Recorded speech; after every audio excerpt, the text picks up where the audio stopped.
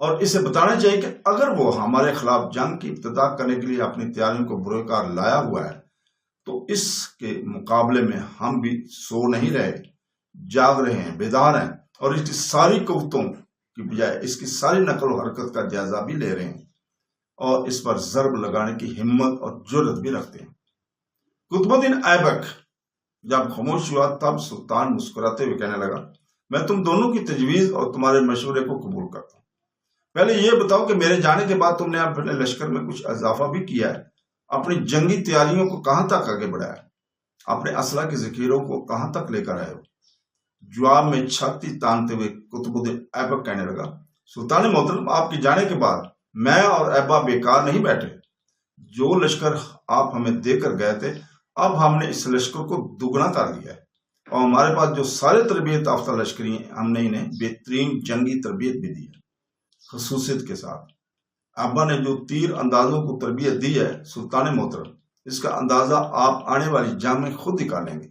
اگر ہمارے تیر اندازوں نے کنوج کے راجا کے ہاتھیوں کو اپنے سامنے بے بس نہ کر دیا تو آپ سمجھیے گا کہ ہم نے اپنے لشکروں کی تربیت کے لیے کچھ نہیں کیا۔